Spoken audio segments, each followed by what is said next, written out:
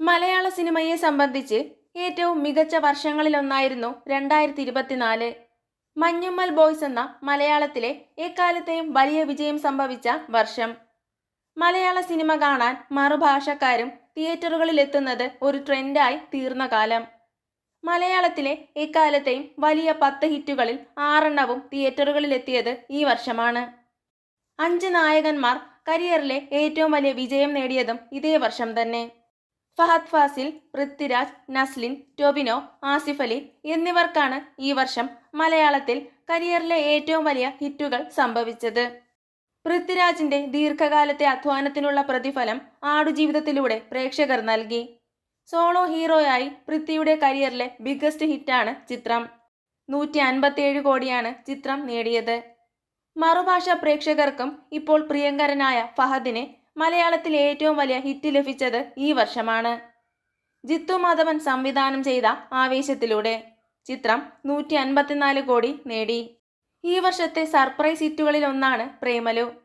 ബോളിവുഡിന്റെ വളർന്നുകൊണ്ടിരിക്കുന്ന box office potential എത്രയാണെന്ന് ഇൻഡസ്ട്രിയെ തന്നെ ബോധ്യപ്പെടുത്തിയ ചിത്രം.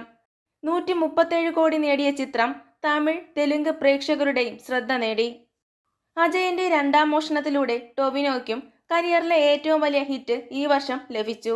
107 കോടി 77 ലക്ഷമാണ് ARMന്റെ ലൈഫ് ടൈം. കിഷ്കിന്ധ കാണ്ഡത്തിലൂടെ ആസിഫ് അലിക്കും കരിയറിലെ ഏറ്റവും വലിയ ഹിറ്റ് ഈ വർഷം ലഭിച്ചു. 76 കോടിയാണ് കിഷ്കിന്ധയുടെ ലൈഫ് ടൈം. ദുൽഖർ സൽമാന് കരിയറിലെ ആദ്യ 100 കോടി ക്ലബ്ബ് നേട്ടമുണ്ടായതും ഈ വർഷമാണ്. എന്നാൽ അത് തെലുങ്ക് ചിത്രം ലക്കി ഭാസ്കറിലൂടെയാണെന്ന് മാത്രം. ബേസിൽ ജോസഫ് അഭിനയിച്ച ചിത്രങ്ങളിൽ ഏറ്റവും വലിയ പണം വാരി പടവും ഈ വർഷമാണ്. ഗുരുവായൂർ അമ്പല നടയിലാണ് ആ ചിത്രം. എന്നാൽ സോളോ ഹീറോ ചിത്രങ്ങളുടെ ബ്രാക്കറ്റിൽ ഇത് പെടില്ല. 91 കോടിയായിരുന്നു ഈ ചിത്രത്തിന്റെ കളക്ഷൻ. വർഷാവസാനം എത്തിയ മറ്റൊരു ചിത്രം നിലവിൽ ബോക്സ് ഓഫീസിൽ തരംഗം സൃഷ്ടിക്കുന്നുണ്ട്. ഉണ്ണി മുകുന്ദനെ നായകനാക്കി ഹനീഫ് അദേനി സംവിധാനം ചെയ്ത മാർക്കോയാണ് അത്. ഉണ്ണിയുടെ കരിയറിലെ ഏറ്റവും വലിയ ഓപ്പണിംഗ് ആയ 10 കോടി 80 ലക്ഷമാണ് ചിത്രം നേടിക്കൊടുത്തത്.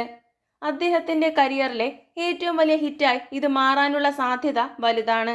എന്നാൽ അത് ഉറപ്പിക്കാൻ കുറച്ചുകൂടി കാത്തിരിക്കണമെന്ന് മാത്രം.